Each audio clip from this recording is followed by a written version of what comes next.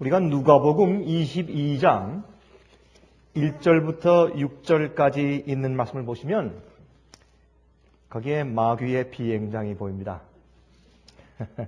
좀 이상한 제목이라고 말씀하셨는데 사실 그러합니다. 누가복음 22장 1절부터 6절까지 한번 읽어보도록 하겠습니다. 6월절이라 하는 무교절이 가까움에 대제사장들과 서기관들이 예수를 무슨 방책으로 죽일고 연구하니 이는 저희가 백성을 두려워함이더라. 여기 보니까 이 가룟 유다가 예수님을 팔았다고 하는 것은 예수님을 어떻게 그 몸을 사고 팔 수 있겠습니까? 자유국가에서. 그럴 수 없지 않습니까? 이것은 예수님께서 어디에 언제 혼자 계실 것인가. 그래서 사람들이 반란을 일으키지 않고 예수님을 쉽게 잡아갈 수 있도록 하기 위한 인포메이션, 정보를 팔았다고 하는 것을 우리가 알 수가 있습니다. 12 중에 하나인 가룟인이라 부르는 유다에게 사탄이 들어가니 마귀가 우리 마음 가운데 유혹을 줄 수 있습니다. 작은 공격하고 불화살을 쏠 수 있고 그렇게 유혹할 수 있지만 그러나 우리 마음속에 들어와서 안착하는 것은 비행장이 생겨야 합니다. 여러분, 비행장이 생기는 것은 우리가 발판을 내어주는 것입니다. 마귀는 계속해서 유다를 유혹했고 또한 유혹을 계속 받은 나머지 그것을 자주 받아들여서 나중엔 마귀가 그 속에 들어가서 자기의 요새화하는 이 유다의 마음속에 들어가서 자기의 본거지를 삼을 수 있는 발판을 구축한 것입니다. 비행장을 세워서 자기가 원할 때마다 언제든지 뜨고 날 수 있는 비행기를 그 속에 이제 세울 수 있었다고 말입니다. 이에 유다가 대제사장들과 군관들에게 가서 예수를 넘겨줄 방책을 의논하며 저희가 기뻐하여 돈을 주기로 언약하는지라. 유다가 허락하고 예수를 무리가 없을 때에 넘겨줄 기회를 찾더라. 이것은 아주 의도적이고 계획적입니다. 여러분, 우리가 짓는 죄 가운데서 연약한 상태에서 짓는 죄와 우리가 쓰러지는 죄와 실수와 또한 의도적이고 계획적인 죄의 차이가 있습니다. 똑같은 죄지만 하나님께서 그 죄를 취급하실 때 다르게 취급을 하시는 것입니다. 여러분, 우리가 의도적으로, 우리가 계획적으로, 우리가 미리 생각해서 성령의 음성이 있고 성령의 감동이 있을지라도 계속해서 그렇게 할 것이라고 마음에 결심을 하고 계획하고 있는 것은 그건 마귀의 비행장이 우리 마음 가운데 생긴 것입니다. 그런 것과 우리가 전혀 의도하지 않은 상태에서 마귀가 우리 발을 걸었을 때 넘어지는 것과는 주님께서 그 죄를 다르게 취급하시는 것입니다. 여기에 있는 것은 우리 생애 가운데 습관적인 죄가 있는 한 그것은 마귀가 언제든지 우리 마음 가운데 들락날락할 수 있는 비행장이 구축되었다라는 것을 선포하는 것입니다. 여러분 마음 가운데 지금 습관적으로 알고 있으면서 이런 일들은 내 생애 가운데 없어야 된다는 사실을 알고 있으면서 습관적으로 계속 해오고 있는 죄가 있는 분들이 있으면 여러분 빨리 포기해야 합니다. 그것처럼 두려운 상태는 없는 것입니다. 그러한 습관적인 죄는 우리 양심을 죽이며 우리의 영적인 상태의 예민감을 없애서 더 이상 어떤 때는 죄가 죄처럼 느껴지지 않게 만드는 것입니다. 자, 이제 19절부터 보십시다. 19절부터. 또 떡을 가져 사례하시고 떼어 저에게 주시며 말씀하시되 이것은 너희를 위하여 주는 내 몸이라 너희가 이를 행하여 나를 기념하라 하시고 저녁 먹은 후에 잔도 이와 같이 하여 말씀하시되 이 잔은 내 피로 세우는 새 언약이니 곧 너희를 위하여 붓는 것이라. 그러나 보라 나를 파는 자의 손이 나와 함께 상위에 있도다. 인자는 이미 작정된 대로 가거니와 그를 파는 그 사람에게는 화가 있으리로다 하시니 저희가 서로 묻되 우리 중에서 이 일을 행할 자가 누구일까 하더라. 또 저희 사이에 그중 누가 크냐 하는 다툼이 난지라. 여러분 생각해 보세요. 여기에 두 가지 죄악이 있습니다.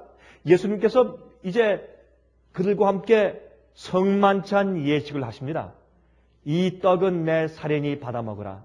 이 잔은 내 피니 받아 마시라. 이렇게 예수님께서 이제 곧 십자가의 형틀을 앞에 두시고 이제 그들과 함께 성만찬 예식을 행하시는 이 거룩한 예식 속에서 한 사람은 예수님을 팔려고 마귀의 비행장을 놓고 있습니다. 근데 여기에 24절에 또 나머지 11 제자들도 똑같은 죄의 어떤 의미에서 참여하고 있는데 이것은 그들의 연약성입니다. 여기 차이가 있습니다. 여러분 여기에 또 베드로의 죄와 그 다음에 이제 이 유다의 죄가 나옵니다. 우리가 한 가지 이해할 것은 우리가 주님의 뜻대로 살려고 우리가 온 마음을 다해서 정성껏 살아나가다가 우리가 자주 쓰러지는 경험들이 있어요. 그러나 가론 유다의 경험은 다릅니다. 이것이 무서운 경험입니다. 많은 그리스도인들에게 이런 경험들이 사실 있는 것이 존재하는 것입니다.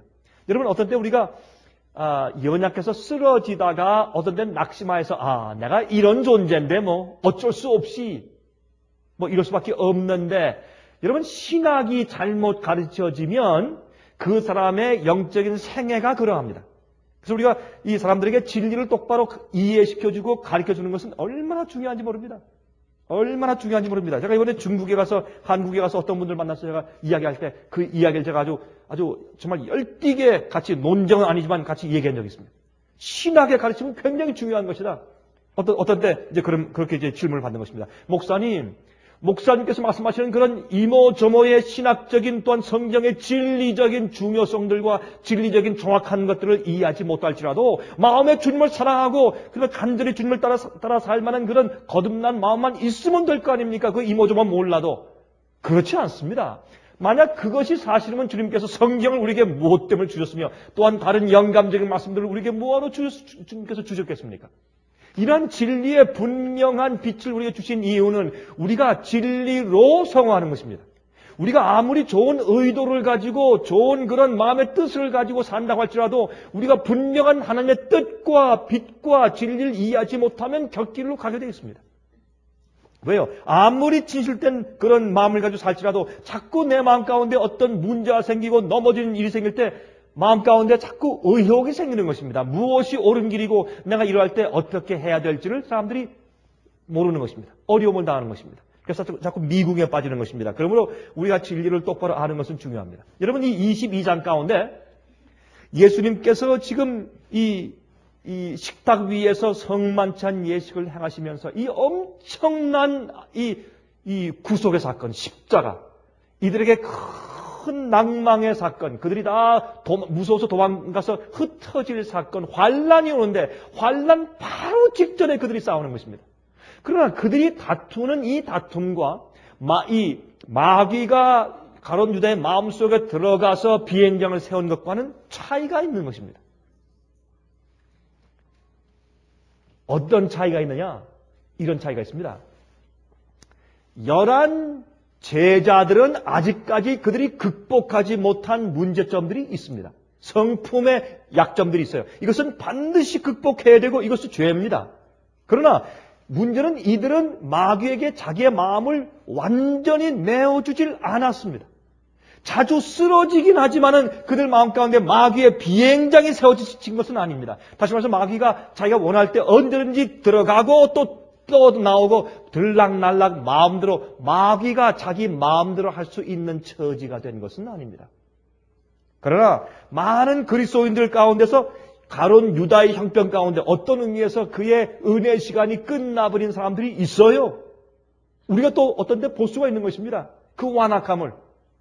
또 자기의 생각과 똑똑함과 자기의 지혜가 마치 성경에 말씀하신 영감의 말씀보다 더 나은 것처럼 사는 그런 교만한 사람들 우리가 보는 것입니다. 그런 사람들 말고 대부분의 우리는 여기에 24절에 또 저희 사이에 그중 누가 크냐 하는 다툼이 난지라 여기 속해 있는 것입니다. 대부분은. 그렇지 않습니까? 마음 가운데 소원이 있습니다. 주님의 뜻대로 살 마음이 있습니다. 그 뜻대로 살려고 따라가고 있습니다. 그러나 그들이 연약한 가운데 항상 다투거나 아니면 죄에 빠지는 것입니다. 그런데 여기에 항상 그들이 누가 크냐 하는 다툼을 하는 이런 죄에 속해 있는 자들이 정말 주 앞에 마음을 전적으로 바치고 이런 연약한 점들을 이기는 경험을 속히 하지 아니하면 유다의 죄 가운데 마귀의 비행장을 세우는 그 죄 가운데 들어가게 됩니다. 이것은 두려운 것입니다. 여러분 주님께서 그들과 함께 3년 반 동안 사셨습니다. 그 다음에 이제 십자가를 통과하면서 그들이 어떻게 되는가는 운명이 이제 곧 결정지어지게 되는 것을 우리가 보게 됩니다. 자, 그런데 가룟 유다는 마귀에게 다 완전히 내어 맡긴 상태에 있었고, 왜요? 계속적으로 성령의 음성을 들었을 때 계속적으로 거절했습니다. 자기가 더 낫다고 생각을 했습니다. 그래서 자기 마음을 마귀에게 완전히 주어서 지배당한 상태입니다. 그러나 나머지 11제자는 쓰러지고 실수는 할지라도 이들이 죄를 질지라도 마귀에게 전적으로 마음을 아직 완전히 내어준 상태에 있는 것은 아닙니다. 우리가 죄의 유혹을 받을 때 우리에게 이제 초이스가 있죠. 우리에게 이제 선택권이 있습니다. 그 죄의 유혹을 받아들이고 그것을 품으면 죄가 됩니다. 욕심이 잉태한 즉 무엇을 낳고요?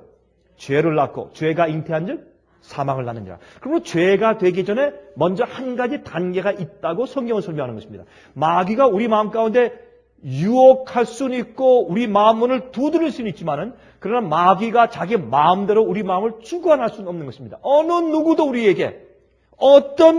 우리에게 쓰러지거나 범죄하도록 강요할 수가 없습니다.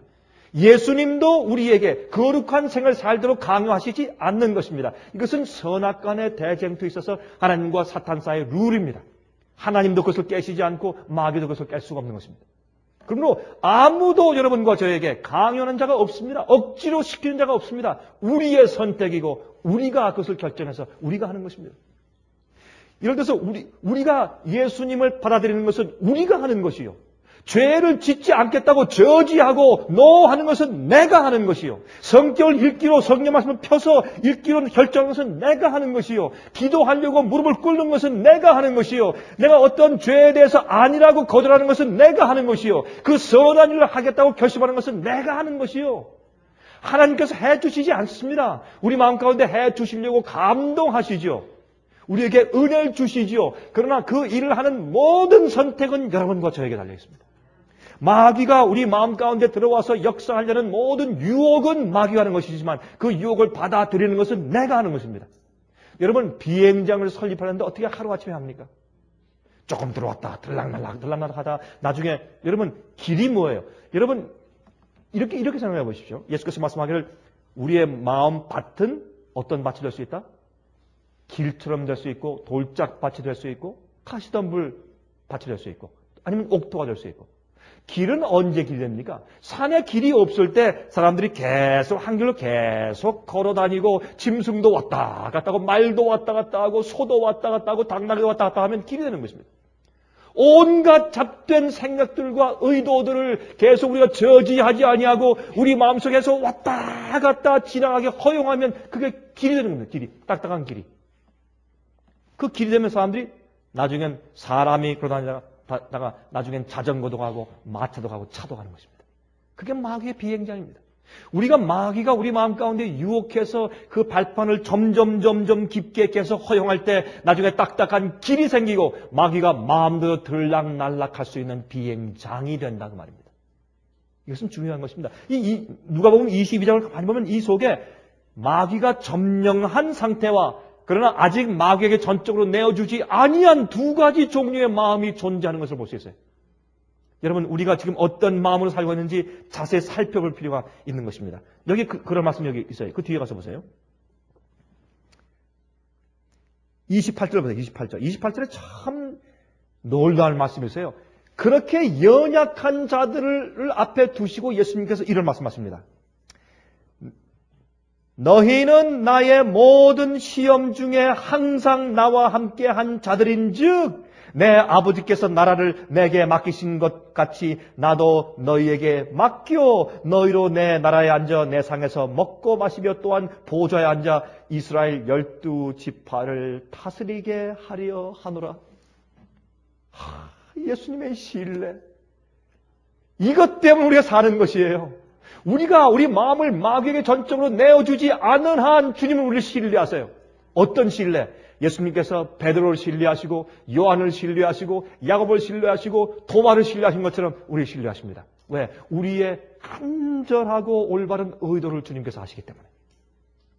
만약 여러분의 온 마음과 뜻과 정성을 다해서 하나님을 사랑하며 주님의 뜻대로 살려는 간절한 의도가 없으면 여러분 그리스도인들이 아니죠. 우리가 거듭난 사람들의 마음 가운데 그 간절한 의도가 생기는 것입니다. 우리 마음이 바뀌는 것입니다. 우리가 거듭날 때 우리 몸이 바뀌는 것이 아니라 우리 마음이 바뀌는 것입니다. 마음속에 있는 모든 의도와 뜻과 우리 마음 가운데 동기와 계획과 소원이 바뀌는 것입니다. 그렇죠? 그때 우리 마음 가운데 순수한 의도는 있지만 아직까지 우리 연약성을 다 극복하지 못한 상태인 것입니다. 우리가 반드시 그것을 극복해야 할 것입니다. 그럼 우리의 성장 과정이 있어요.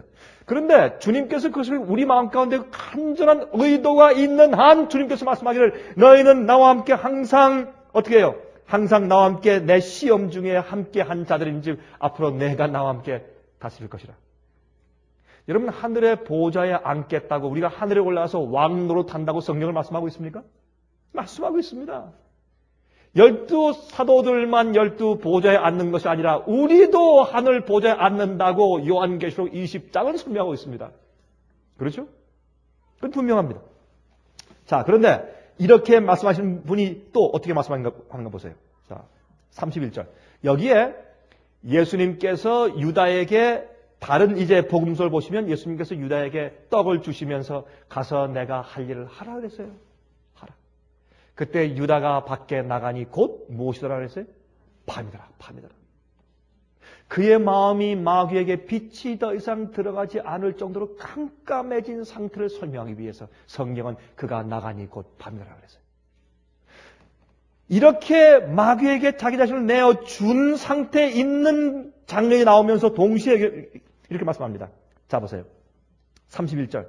근데 이 나머지 11 제자, 다시 말해서 이 가룟 유다가 나간 다음에 나머지 남아있는 그 참 간절한 의도로 주님을 사랑하는, 예?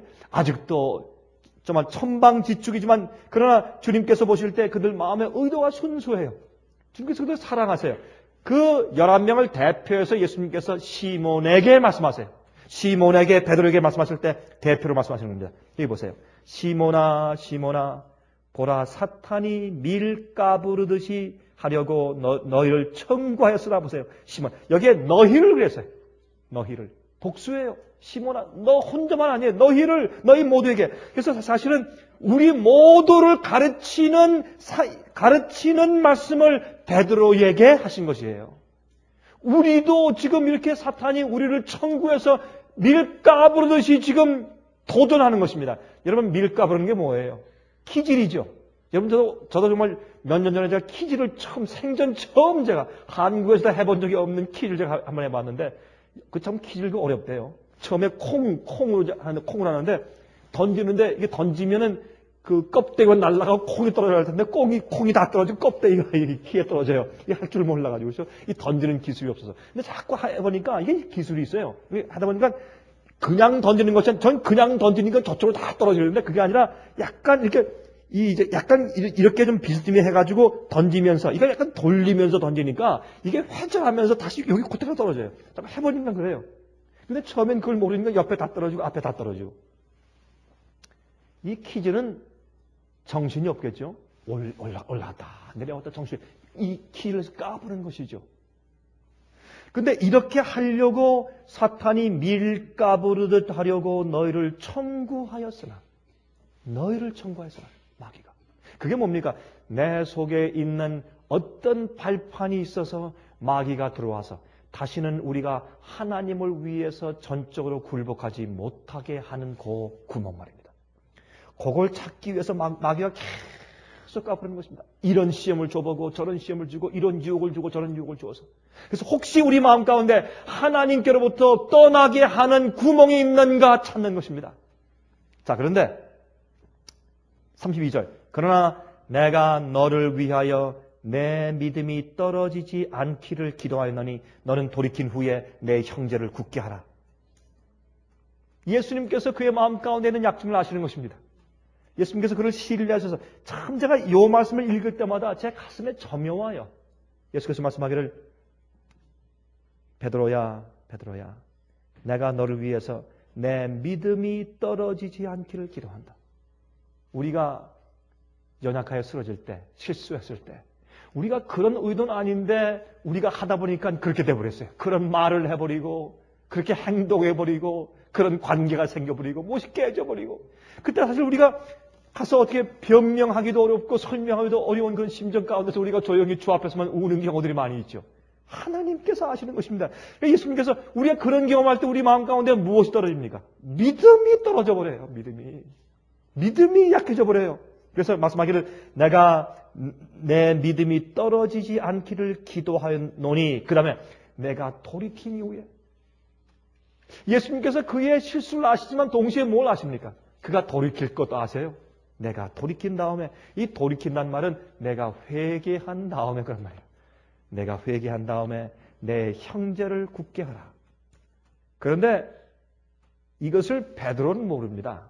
이게 제가 가만히 보니까 우리가 꼭 같습니다. 우리가 주님의 뜻대로 살려고 결심하고 우리가 나아가고 또 우리가 마음 가운데 새로운 결심을 가지고 그렇게 할 때도 우리 속에 무엇이 있는지를 우리가 모르는 것입니다. 우리를 모릅니다. 마귀가 그래서 우리를 공격할 때 우리가 감당할 만한 시험만 허용하신다고요. 고린도전서 10장에 우리가 감당할 시험만 허용하신다. 주님께서 아시니까. 주님께서. 그러나 언젠가는 주님께서 더 이상 이건 안 되겠다. 아직 조금 참아라. 내가 조금 더 훈련시킨 다음에 내가 하게 해줄게.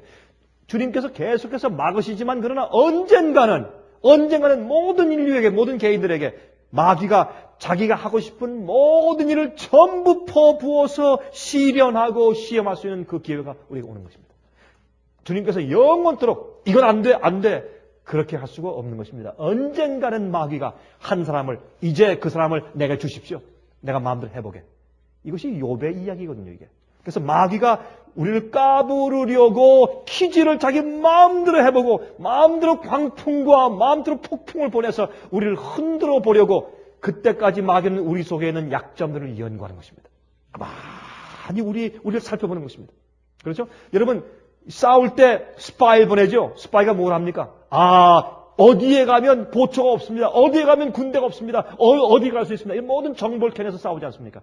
마귀는 우리의 생애, 우리의 태어남부터 지금까지 우리의 모든 생애를 연구해서 우리 속에 있는 들어올 수 있는 약점을 그는 아는 것입니다. 구멍을 아는 것입니다. 언젠가 마귀가 우리의 이름을 부르면서 우리를 청구할 것입니다. 욥을 부른 것처럼. 그때 주님께서 할 수 없이 우리를 완전히 마귀에게 시험받도록 내어주시면서 자, 이젠 우리가 할 일은 다 했으니 내가 한번 해보아라 라고 내어주시는 일이 생길 수밖에 없는 것입니다. 그게 합당한 얘기입니다. 만약에 여러분 마귀가 한 얘기가 뭡니까? 하나님께서 욥에게 너무 이렇게 울타리를 쳐서 내가 공격하지 못하게 하니까 저 욥이 하나님께 늘 축복만 받고 보호를 받으니까 주님을 섬기고 잘 이해하는 것이 아니겠습니까? 내가 그를 마음대로 좀 공격하게 내버려 보십시오. 금방 주님을 저주할 것입니다. 이 얘기는 욥에게만 속한 얘기일 수가 없는 겁니다. 만약 그것이 욥에게만 국한된 얘기라면 이 성경에 기록된 것이 뭔가 이 앞뒤가 맞지 않는 밸런스가 없는 것입니다. 욥의 얘기가 기록된 것은 그것이 마귀가 우리 모두에게 청구하는 일이라는 사실을 알려주기 위해서 하신 것입니다. 우리가 욥처럼 정수리 끝부터 발끝까지 우리가 전체 헌대가 나 있는 것은 아닙니다. 그러나 못지않은 고난들과 시련들이 우리에게 있을 수가 있는 것입니다. 그런데 베드로가 그것을 이해하지 못합니다. 33절 저가 말하되 주여 내가 주와 함께 오게도 죽는데도 가기를 준비하였나이다. 여러분 우리가 그래요. 우리가요. 우리는 주님 위해서 죽기가 준비되어 있어요. 우리 주님 위해서 십자가에 거꾸로 못 박히길 우리가 준비돼 있어요? 없어요? 있어요. 우리를 몰라서 그렇지 우리 그렇게 있어요. 결심을 하고. 그러나 우리가 언제 우리가 그것을 압니까? 우리의 쓰러짐을 통해서 압니다. 그러므로 우리가 실수하고 넘어지는 것은 안 좋은 것이나 그러나 우리가 사실은 그런 것들을 통해서 내 자신을 보는 것입니다. 여러분 지금 우리가 실수하는 것은 괜찮습니다. 괜찮다면 좀 이상한 얘기죠. 그러지 말아야 될 것이지만 그런 것들은 아직 우리를 멸망시키는 것들이 아닙니다. 그러면 기억하십시오. 그런 일들을 통해서 마귀가 우리 마음 가운데 발판을 두도록 하지 마십시오. 회개는 곧장 하십시오. 그때 하십시오. 회개하는 기간을 자꾸 늘리지 마십시오. 어떤 때는 회개하는 것을 1시간 후에 하다가 2시간 후에 하다가 하루 만에 하다가 3일 만에 하다가 나중에 한 달 만에 해요. 여러분 제 말이 무슨 말인지 아시죠? 회개는 즉각적으로 하세요. 이 회개를 하나님께만 즉각적으로 하지 말고 사람들에게도 즉각적으로 하세요. 그것이 어린아이 마음이고 그것이 단순한 마음이에요. 그런 마음을 가져야 돼요, 우리가. 예? 우리가 꽁한 마음, 이거는 절대로 없어야 돼요. 여러분, 마음 가운데 하나님께 대해서 서로에게 꽁한 마음 가진다. 이건 안 되는 마음이에요. 예수께서 말씀하기를 너희 마음이 어린아이와 같지 아니하면, 어린아이들은 울다가도 가서, 이 아빠가 가서 자꾸 웃기면 금방 웃어버려요. 이 아이들은 화가 나있다, 캔디 하나만 주면 금방 웃어버려요. 이게 어린아이들의 마음이에요. 그건 변덕이 아니에요. 그만큼 마음에 두고 있는 것이 없다고 말해요. 마음과 겉이 같은 것입니다. 마귀가 우리 마음 가운데 발판을 가지고 있게 하면 안 될 것입니다. 여러분 35절부터 볼래요? 이렇게 말씀하십니다. 이 누가복음 22장 얘기는 마지막 시대 환난 직전에 살고 있는 우리가 이해해야 될 말씀이에요. 왜? 예수님의 십자가는 그들에게 환난이니까. 여러분 35절 보실래요? 이런 말씀이 있어요. 저희에게 이르시되 내가 너희를 전대와 주머니와 신도 없이 보내었을 때 부족한 것이 있더냐 가로되 없었나이다. 이르시되 이제는 전대 있는 자를 가질 것이요 주머니도 그리하고 검 없는 자는 겉옷을 팔아 살지어다. 이게 무슨 말입니까? 내가 지금까지 너에게 모든 것을 다 공급해주고 다 보호해 주었지 않느냐. 이제부터 내가 너희를 너희대로 그냥 내버려 둘 때가 온다. 그런 말입니다. 이게 무슨 말입니까? 이제 마귀가 널 청구했단 말입니다. 이름을 딱 부르면서 이 사람 이제 내게 줄 때가 됐지 않습니까? 주님 이제 그만하시고 내가 완전히 주십시오. 내가 한번 해보겠습니다. 할 수 없이 주님께서 그것을 내어주신다 그 말입니다. 이제는 전대를 가지라. 이제는 칼을 사라. 이게 무슨 말입니까? 이제는 내가 너희를 마귀가 한번 맡겨볼 수밖에 없다. 내가 너희를 더 이상 어린아이처럼 항상 보여줄 수가 없다. 그런 뜻입니다. 그런 일이 앞으로 생긴다 그 말입니다. 이럴 때 우리 마음 가운데 마귀의 비행장이 마귀가 들어올 수 있는 발판이 없어야 합니다. 마귀의 발판이 우리 속에 없어야 합니다. 이것을 이해하는 그리스도인들이 얼마나 적은지 몰라요. 이것이 복음의 아주 중요한 진수인데 이것을 이해하지 못하기 때문에 그들이 난 예수를 믿는다. 예수의 이름으로 예수의 은혜로 예수의 보혈의 피로 살다가 나중에 환난에 전부 다 거꾸러지고 짐승의 표를 받는 이유는 이 영적인 경험을 그들이 이해하지 못하기 때문에 그렇습니다. 그러므로 신학적인 가르침과 교리 가르침은 이만큼 중요한 것입니다. 가르침 없인 교육 없인 우리가 영적인 상태를 이해하지 못해서 그래요. 그래서 마귀는 교회 안에 잘못된 가르침을 퍼뜨려 놓은 것입니다. 여러분 렌트라는 것을 아시죠? 렌트가 뭔지 아시죠? 렌트는 LENT라고 해서 그것은 이 천주교에서 하는 렌트 기간 40일 기간, 그렇죠? 40일 기간이에요. 40일 기간. 이 40일 기간은 말이죠. 부활절과 관계 있는 것이죠. 부활절부터 부활절 올 때부터 40일 동안 그들을 어떻게 해요? 옷도 아주 정결하게 입고 고기도 안 먹고 채식을 먹고 음식도 단순하게 먹으면서 40일 동안 어떤 때 금식도 하고 사순 기간을 지내요. 여러분 이것은요. 이게 우스운 것 같아도 그 렌트 기간은 옛날에 니무롯의 부인 세미라미스가 말이죠. 이 자기의 남편 니무롯이 죽은 다음에 어떻게 했습니까? 죽은 다음에 한참 있다가 임신을 했어요. 그 임신에서 낳은 것이 누굽니까? 담무스 신이에요. 담무스 신. 여러분 에스겔서 보시면 에스겔서 8장에 담무스 신을 성전 안에 놓고 여인들이 담무스 신을 향해서 우는 장면이 나와요. 담무스 신은 부활의 신이에요. 그 담무스 아들이 20세 때에 곰 사냥을 나갔다가 죽었습니다. 곰에게 아마 죽은 모양입니다. 죽었습니다. 그래서 이 세미라무스가 자기 아들에 대해서 애곡하는 그런 절기를 만들어 놓고 그들이 애곡을 했습니다. 근데 이 세미라무스 신과 담무스 신에게 이교인들이 이 바알신, 태양신 성전 사람들이 경배할 때 어떻게 했느냐면 그 경배할 때 이 담무스를 낳을 때 자기 죽은 니무롯 남편이 태양에 가서 태양신이 되었다라고 가르쳤으며 그 신이 자기 속에 들어와서 임신을 시켰다고 거짓말했지 않습니까? 그래서 낳은 그 아들이 죽었을 때 그 아들을 위해서 또한 자기 세미나스 그 여신을 위해서 경배할 때 그들은 떡을 제사에 바치면서 이게 이교 형식이에요. 떡을 바치면서 떡 위에다 십자가 표시를 했어요. 그러면 그들이 울었어요.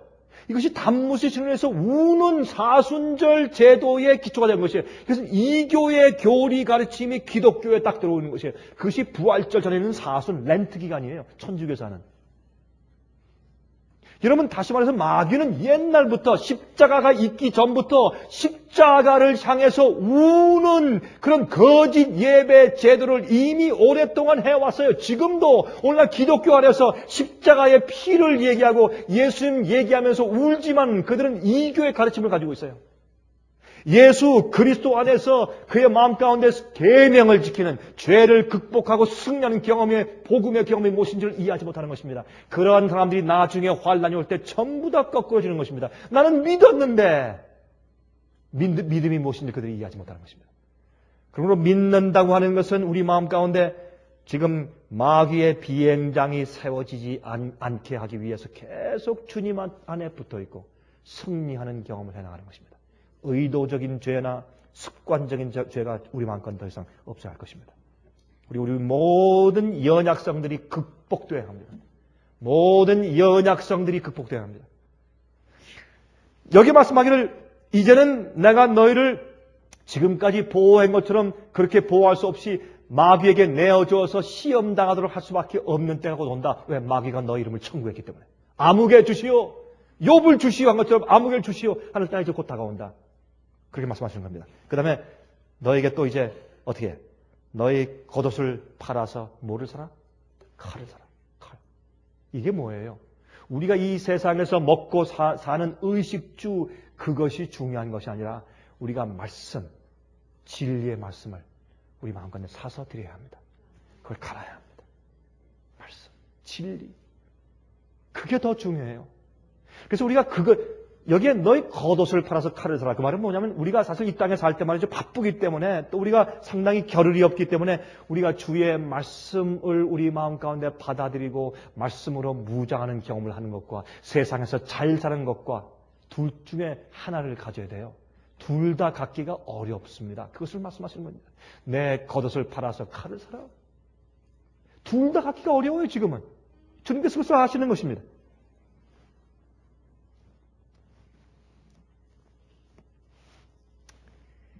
여러분, 제가 이 독일에 갔을 때 여러분 쓰시는 칼 가운데서 제일 잘 드는 칼이 쌍둥이 칼이라고 하죠. 쌍둥이 표가 있는 칼이 있죠. 이 독일제 말이죠. 그 쌍둥이 칼을 만드는 곳이 이 독일에 있는 이 콜롱이라는 도시에서 조금 한 30-40분 떨어져 있는 중소 도시가 있는데 그 도시 이름이 솔링원. 제가 솔링원에 가서 제가 그 공장을 가봤습니다. 근데 거기 쌍둥이 만드는 칼 공장이 거기 있어요. 근데 그 공장에서 나오는 칼이 이 세계에서 가장 강하며 가장 날카로워요. 그 이유가 그쪽 지역에 있는 이 철광에서 나오는 철이 그렇게 질이 좋습니다. 그렇게 순수하고. 그래서 옛날 히틀러가 2차 대전 당시에 탱크를 만들 때 그 솔링원에 있는 철광에서 나오는 철로 다 만들었대요. 그래서 그 철로 만든 탱크가 그렇게 강했다는 것입니다. 그 질이 좋아요. 두 번째, 그들의 세공하는 기술이 아주 뛰어납니다. 재련 과정이 여러 번 녹였다가 또 찬물에 넣었다가 녹였다는 그 재련 과정이 아주 특수하다는 것입니다. 그래서 그 칼은 잘 부러지지 않는데요. 아주 강력한 칼입니다. 마찬가지로 주님께서 우리 마음 가운데 영적인 날카로운 말씀을 이해하는 칼을 사는 준비를 하라고 말씀하시는 겁니다. 이거 없으면 나중에 싸울 수가 없어요. 여러분, 그런데 히브리 4장을 보니까 이 칼을 말씀하기를 하나님의 말씀은 살았고 운동력이 있어 좌우에 날선 어떤 검보다 예리하여 혼과 영과 및 관절과 골수를 찔러 쪼개기까지 하며 또 마음의 생각과 뜻을 감찰하니. 여러분, 말씀을 연구한다, 주의 뜻을 안다, 이게 뭐예요? 내 속에 있는 생각과 골수를 찔러서 깊은 곳까지 들어가서 내가 나를 볼 수 없는 곳에 들어가는 깊은 골수와 생각을 찔러 쪼개는 것은 주의 말씀과 연관이 아닙니까? 말씀을 연구할 때 우리가 예수님을 알게 되고 성령을 알게 되고 하나님을 알게 되고 진리를 알게 돼요. 진리가 뭘 합니까? 진리는 나를 치는 것이에요. 칼은 남을 향해 사용하는 것이 아니에요. 그 검은 나를 위해 사용하는 것이에요. 싸움은 내 속에 있기 때문에. 그렇죠? 진짜 대쟁투는 내 속에 있는 것이기 때문에 검으로 내 속을 찔러서 내 속에 깊은 곳에 있는 마귀의 비행장과 발판을 도려내야 돼요. 마귀가 사용할 수 있는 모든 약점들과 그런 소원들을 도려내야 돼요. 그것이 어떤 때는 우리가 어떤 것을 버리고 돈을 버리고 명예를 버리고 어떠한 것 내가 쌓아놓은 공로를 버릴지라도 곧 도려내버려야 돼요. 칼이 있어요, 칼이. 오직 만물이 우리를 상관하시는 자의 눈앞에 벌거벗은 것 같이 드러나느니라. 이게 뭐예요? 이게 칼이에요, 칼. 이게 말씀이에요. 하나님의 말씀은 살았고 운동력이 있어 좌우에 나선 어떤 칼보다 예리하여 우리가 주 앞에 정나하게 드러나는 것입니다. 무엇으로? 말씀으로. 칼로 자르니까 이게 진리예요. 여러분, 우리가 이 믿음으로 말미암는 의에 대해서 아주 정확하게 얘기하고 이렇게 됐으므로 당신이 이러한 입장에 있지 않으면 당신은 거듭난 사람이 아니요 회개하시오. 그래야 회개해요. 요즘 말이 사람들이 하늘의 씨앗이 땅에 떨어져 죽지 아니하면 이 말씀을 보고 사람들이 한 가지 이해될 것은 자기가 지금 자기가 아직 죽지 않았어요. 자기가 죽어가고 있는 과정을 많은 사람들이 난 성화의 과정 가운데 있다래요. 아니에요. 아직 죽지 않았어요. 아직 거듭나지 않았고 칭의의 경험도 없는 사람이에요. 많은 경우에. 그래서 어떻게 해요? 칼로 찔러서 그 사람 상태를 알게 하는 곧바른 증언을 함으로 그 영혼이 보고 아차 하고 놀래서 탄식하며 그 당시 드디어 회개가 나오는 것입니다. 잘못된 복음과 진리 가르치면 그 사람이 절대로 회개하지 않고 오히려 내가 이런 상태에서 구원받은 상태에 있다고 그가 거짓 평안 가운데 머물게 되는 것입니다. 이것이 교회의 참으로 무서운 잘못된 신학의 결과가 아니겠습니까? 여러분, 그런데 유다는 무엇입니까? 유다는 그의 마음 가운데 주님을 향한 순수한 의도가 있었어요. 그의 마음, 주님을 향한 의도는 순결했어요. 그가 하나님께 대해서 주님의 명예를 그르치거나 주님께 고통을 드리려는 의도는 그의 마음 가운데 전혀 없었어요. 베드로가. 지금 제가 누구라 그랬어요? 유다라 그랬어요? 죄송합니다. 그래서 젊을 때 창조를 기억하라. 그렇게 말씀하신 거예요. 젊을 때 창조를 기억하라. 나이가 먹으면 안 돼요. 제가 유다라고 계속 말하면 큰일 날 뻔했네요. 베드로는 주님을 마음 가운데 헐트할 마음이 전혀 의도가 없었어요. 전혀 없었어요. 주님께서 그 마음을 아시는 겁니다. 그러므로 하시는 말씀이 내가 앞으로 돌이키면. 그래서 베드로와 유다의 현격한 차이가 있습니다. 차이가 있죠? 분명한 차이가 있습니다.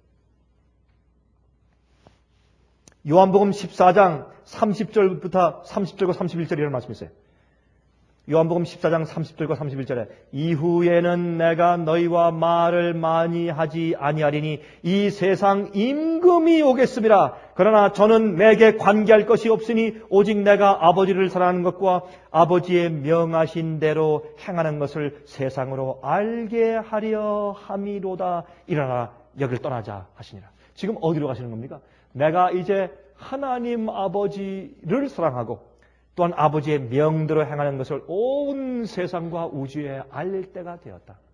이것이 무엇입니까? 마귀가 우리를 청구하는 때입니다.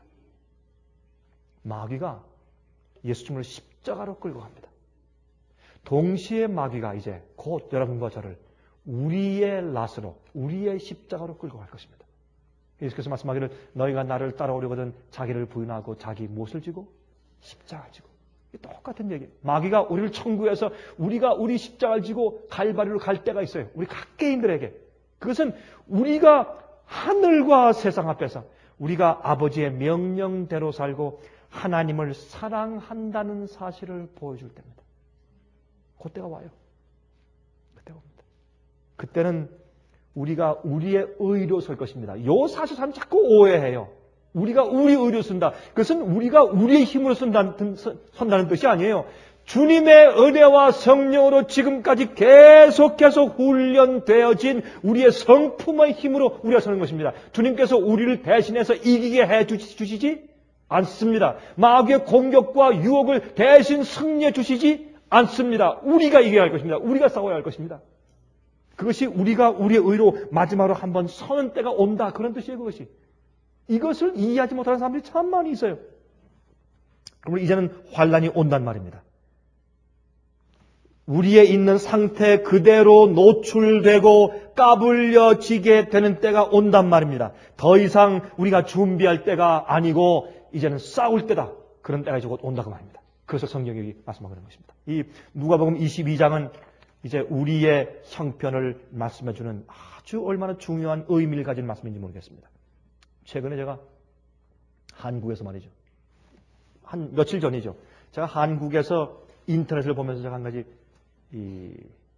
제가 깜짝 놀란 것이 있습니다. 인터넷에서 최근에 나온 그런 기사 가운데 한 기사는 뭐냐면 이제 이 World Net Daily라는 그런 신문이 있습니다. 그 신문에서 이렇게 이제 폭로했습니다. 최근에 알케이다가 옛날 소련에서 분리되어서 독립국가가 된 우크라이나 그 우크라이나에서 얼마 전에 3천만 불의 이 암시장에서 3천만 불의 원자폭탄 적은 것을 몇 개 구입했다는 것입니다. 이건 참 이상한 일이 아닙니까? 좀 심각한 일이 아닙니까? 우린 앞으로 어떤 일이 어떻게 트리거를 해서 어떤 일이 어떻게 방아쇠를 당겨서 어떤 연쇄 반응으로 세상에 엄청난 사건이 도래할지 우리는 모르는 것입니다. 마귀는 그런 것을 다 준비해놓고 누구 어떤 사람들은 그런 청구를 이미 받아서 은혜 시간이 끝난 사람도 있을 수가 있어요. 그러나 마귀는 모든 명단을 제시합니다. 이런 마귀 천사의 3분의 1이 타락해서 악령이 되었습니다. 이 땅에 살고 있는 수십억의 인구보다 그 숫자가 많을 것입니다.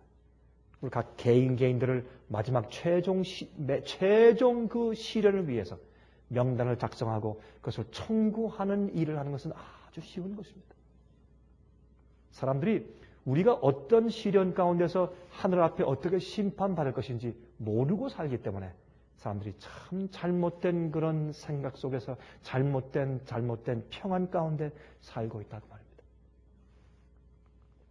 제가 이번에 중국에서 말이죠. 중국에 가면 지금 이 중국에 하는 저희 상해비 사업이 참 커져요. 아마 여러분들이 잘 이해가 안 되실 거예요. 제가 자세히 설명드릴 수가 없어요. 어떤 것들은 상당히 비밀스러운 얘기고 또 우리 좀 컨피덴셜하기 때문에 제가 이 녹음태위 나가는 입장에서 다 설명드릴 수가 없어요. 어떤 것들은 우리만 알고 이래야 되는 것인가. 그건 자유가 없으니까. 여러분들 깜짝 놀랄 만한 일들이 벌어지고 있어요. 참 놀라워. 주님의 이건 하나님의 섭리지 우리 인간이 그런 일을 할 수가 없어요. 많은 분들이 이러한 가르침과 이러한 진리, 이러한 복음이 전파돼야 끝이 오는구나. 이것이 전파돼야 누님의 성령의 능력이 많은 것이구나. 이것이 전파되고 사람들이 이해해야 오순절 같은 운동이 생기는 것이구나. 그걸 사람들이 알았어요, 이제. 이걸 알면 그다음부터는 이 집단불에 불을 붙이는 거예요, 여러분. 그게 마음 가운데 들어가면 아무도 그 사람들 막을 수가 없어요, 더 이상. 이게 힘이에요. 진리를 이해할 때 그 힘은 아무것도 막을 수가 없어요. 그건 원자폭탄보다 더한 것이에요. 진리의 확신을 가진 사람들이 세상을 뒤집었어요. 그것이 말틴 루터고, 그것이 조 잉글리고, 그것이 허스고, 그것이 요한 웨슬레였어요. 그것이 존 낙스였고. 한 몇 사람들이 세상을 뒤집었어요. 진리로. 왜? 그들 마음 가운데 있는 그 확신을 아무도 끌 수가 없어요. 그건 성령께서 하시는 것이에요. 그게 생겼어요. 그걸 제가 봐요. 이건 놀라운 힘이에요. 여러분, 이번에 제가 이제 가서 우리 직원들이 여러 명 되는데 그 중에서 가장 중요한 직원이 3명 있습니다. 그 3명 직원이 이제 그 중국 사업을 다 이제 관할하고 이제 일을 하고 있는데 제가 이번에 가서 이제 제일 처음에 가서 집회 시작하기 전에 이제 거기는 몇 분들과 먼저 만나서 이제 대화를 좀 이렇게 이제 반에서 하고 있는데 그 중에 이제 있는 한 그 목사의 그 부인이 자꾸 울어요. 자꾸 이렇게 흐느끼고 이제 여기 가서 종이 가져오고 닦으면 그 다 젖으면 또 가서 종을 갖다가 또 이제 콧물을 닦고 또 눈물을 닦고 자꾸 울어요. 왜 이렇게 우나? 그랬더니 옆에 있는 그 집사님이 저를 통역해 주면서 이렇게 얘기해 줍니다. 아니 목사님 다른 게 아니고 참 이런 사업을 하니까 고생을 많이 하니까 비난들 또 어려움 당한 것들, 시련 당한 것도 생각하면서 목사님이 오시니까 아버지를 만난 것 같아서 지금 울음보가 터진 거라고 그렇게 저한테 얘기를 해요. 참 제가 마음이 안 돼서 얼마나 좀 고생이 많을까? 얼마나 고생이 많으면 이렇게 날 만나자마자 이렇게 흐느껴 울까? 그래서 참 안 돼서 자꾸 얘기해 주세요. 아, 너무 낙심하지 말아라. 예수님은 우리보다 더 고생하셨다. 이 종교 개혁자들은 이보다 훨씬 더 고생을 많이 했다. 참 내 생애 가운데도 어려움이 많았다. 자꾸 얘기를 해주니까 한참 얘기를 듣다가 그래요. 목사님, 전 그래서 우는 게 아니에요. 그럼 그래서 우는 게 아니라 그럼 왜 우는가? 제가 물었어요. 그럼 그래서 우는 게 아니면 도대체 왜 우는가? 그랬더니 이렇게 말을 해요. 목사님, 알고 나니까 우리에게 맡겨진 이 사업이 너무나 큰 것입니다. 이 진리가 이렇게 귀중하고 놀라운 것인데 알고 나니까 우리처럼 부족한 자들을 택해서 사용하신다 하는 것을 깨닫게 되니까 내가 엄청나서 자꾸 울게 됩니다. 어떻게 우리 같은 사람을 택해서 일을 시키십니까? 하나님께서. 이런 진리를 우리가 참 이제 우리가 알게 됐는데 이렇게 귀중한 진리를 어떻게 우리에게 맡기십니까? 그러면서 울어요.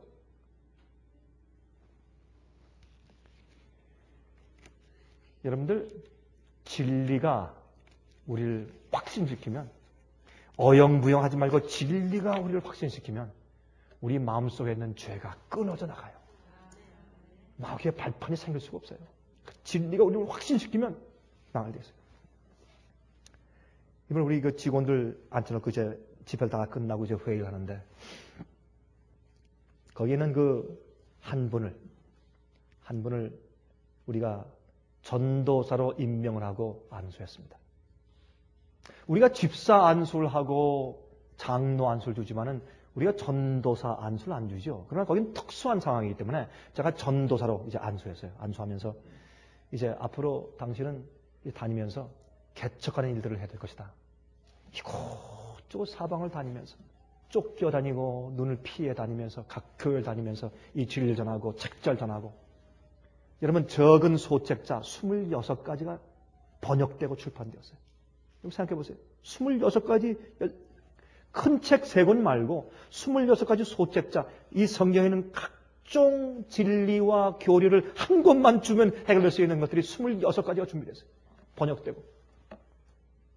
그것 자체가 기적이에요, 여러분. 중국 안에서는. 참 거기서 그분들이 번역하고 편집하느라고 수고들 많이 했어요. 하루 종일 그것들만 하고. 여러분 참 눈이 충혈될 정도로 그것만 한 사람들이 있어요. 몇 사람들이. 애를 쓰면서. 그래서 이제 한 사람을 이제 그 전도사로 임명하고 나중에 이제 기도하고 이제 나니까 막 울면서 저를 붙들고 또 그 옆에 있는 직원들을 붙들고 그 사람이 붙들고 막 흐느끼면서 이런 말을 해요. 내가 혹시 이렇게 다니다가 내가 투옥되거나 감옥에 가거나 아니면 혹시 순교당하게 될 때 한 가지 부탁이 있습니다. 내 아내와 내 8살짜리 아들을 좀 부탁합니다. 미국에서는 그게 무슨 말인지 이해가 안 될 거예요. 그러나 중국에서는 절실한 말입니다. 혹시 내가 감옥에 가거나 혹시 순교당하면 저 불쌍한 내 가족을 부탁합니다.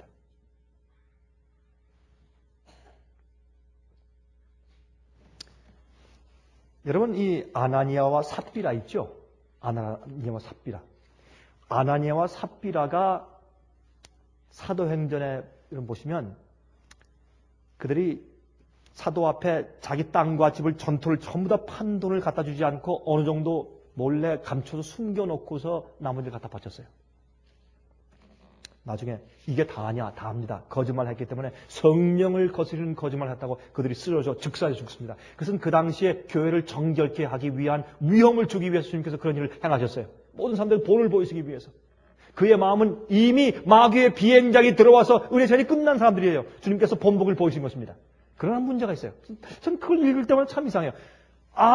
조금 감추려면 아예 그 교회에 들어가지 말든지 아니면 아예 팔지 말지 뭐하러 팔아가지고 조금 감춰서 그렇게 죽어버려요. 참 이상한 일이죠. 그리스도인 가운데서 말이죠. 아예 그러면 주님을 믿어버리지 말지. 교회 나오지 말지. 교회 나오고 예수 믿는다고 하면서 자기를 전적으로 주 앞에 굴복하지 않아요. 그 얼마나 이상한 일이에요, 여러분. 차라리 하지 말고 차라리 자기가 세상에서 재미를 보다가 차라리 세상에서 재미있게 살다가 죽어버리지. 무엇 때문에 주님 믿는다고 하는 척하다가 다 하지 않음으로 죽어버려요. 멸망당해요. 참 이상한 일 아니에요? 여러분, 이 아나니아와 삽비라는 돈을 다 바치지 않았기 때문에 죽은 것이 아니요. 그들의 경험이 진짜가 아니면서 진짜인 척 했기 때문에 죽은 것이요. 그들의 경험이 not real, 진실된 것이 아닌데 real, 진실된 것처럼 보이려고 가장했을 때 그들이 죽었어요. 이것이 얼마나 무서운 일인지 몰라요. 여러분, 어떤 때 우린 말이죠. 우리가 진리를 머리로만 이해하기 때문에 내 마음 가운데 진실되지 않은 나의 영적인 경험을 진실된 것처럼 가장하며 살아요. 이것은 마귀가 우리 마음속에 들어와서 비행장을 만들 수 있는 첩정입니다. 여러분, 조심하시기 바랍니다. 우리의 생애가, 우리의 영적인 생애가 우리 마음 가운데 참 진실되어야 돼요. 진실되어야 합니다. 여러분, 오순절 성령 받은 이후에 바울과 바나바가 크게 다투었습니다. 이 다툼은 이기적인 다툼이 아니에요. 주님께서 보실 때 다르게 취급하시는 문제예요, 이거는.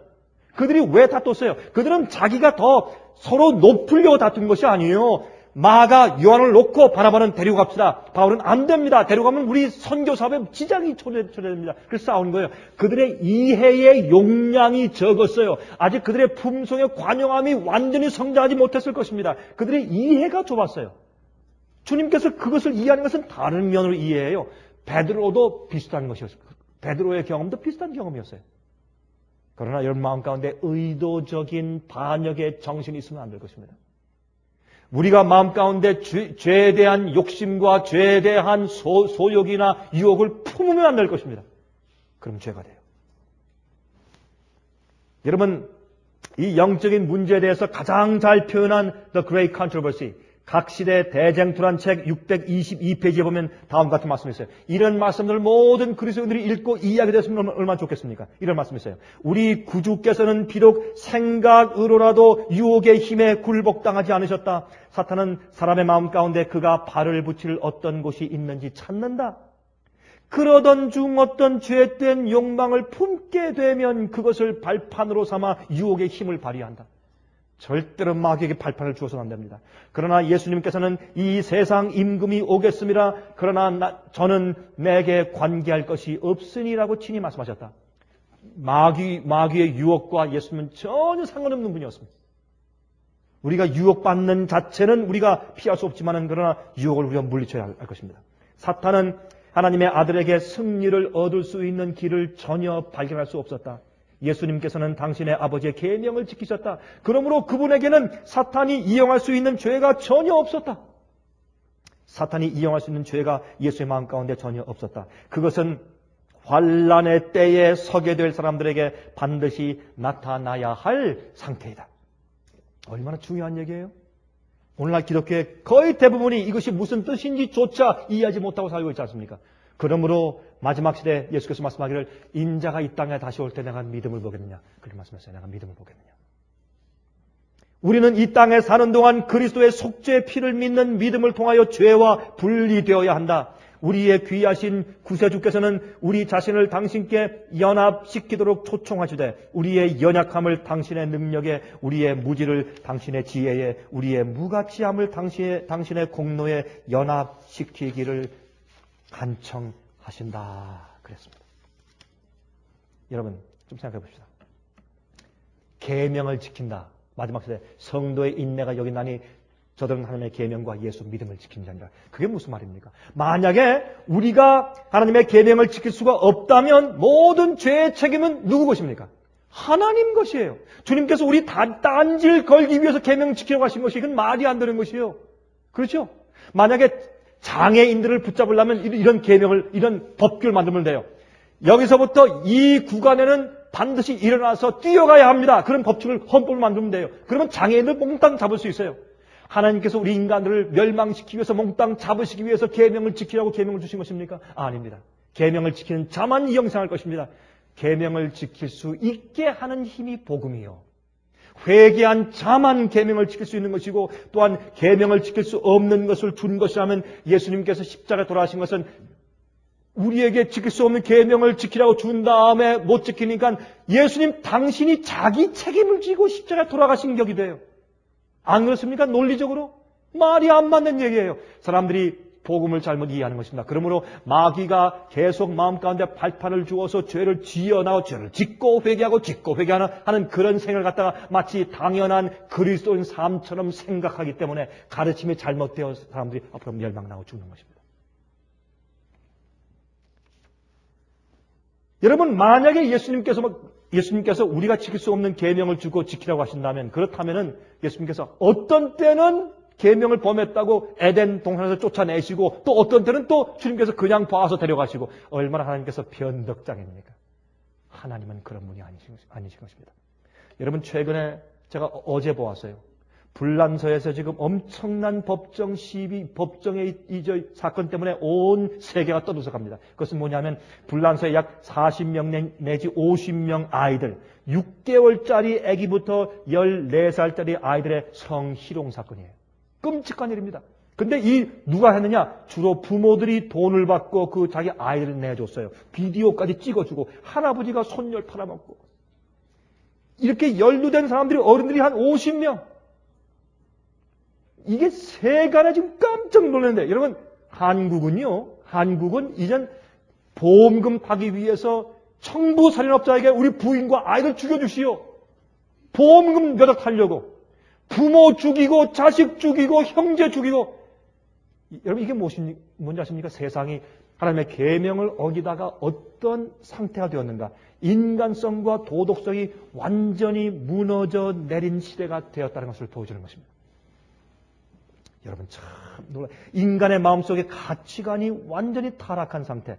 여러분, 금전 만능 시대. 여러분, 한국에 가서 보세요. 금전, 돈이면 다 하기 때문에 돈을 위해서 무엇인지 다 해요. 요즘에 신부름센터에 광고를 내는데 무엇이든지 다 해드립니다. 무엇까지? 살인 청부까지 돈 한 100만 원, 200만 원 주고 누구 죽여줘요. 여러분이시여, 이제는 주님께서 누가 정말 하나님을 아는 자들인지 마귀에게 한번 마지막 시련을 해보도록 내어주는 때가 와요. 누가 계명을 지키는 자들이고, 누가 믿음을 가지고, 누가 예수 그리스도의 피의 공로로 은혜로 구원받은 사람들인지 그의 품성으로 드러낼 때가 곧 오는 것입니다. 이러할 때에 주님의 성령의 은혜와 예수 그리스도의 보혈의 피로 우리 마음속에 마귀의 발판들이 매일매일 사라지게 되기를 제가 간절히 기도합니다.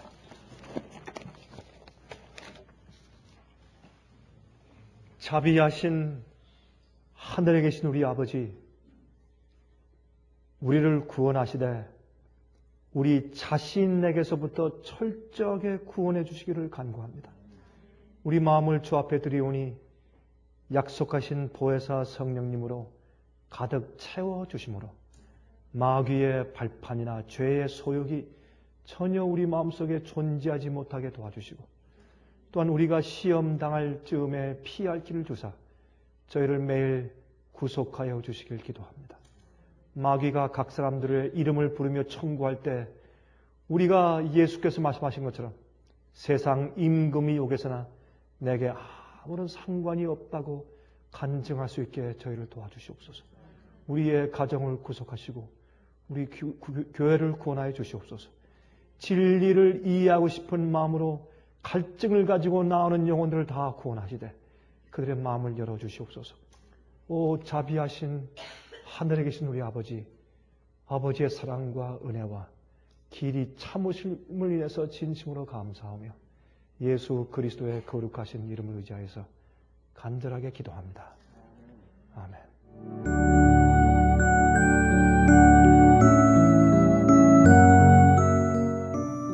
예수님의 재림이 가까워오고 있습니다. 지금은 영원한 하늘을 위해 준비해야 될 때입니다. 머지않아 우리의 재물은 아무 쓸모없는 것이 되고 말 것입니다. 하나님께 은혜를 받으셨다면 받으신 축복을 생애의 빛 복음 사업을 위해서 나누지 않으시렵니까? 헌신하시는 성도님들의 손길에 하나님께서 후히 갚아주실 것입니다. 후원해 주시는 모든 성도님들께 감사드립니다.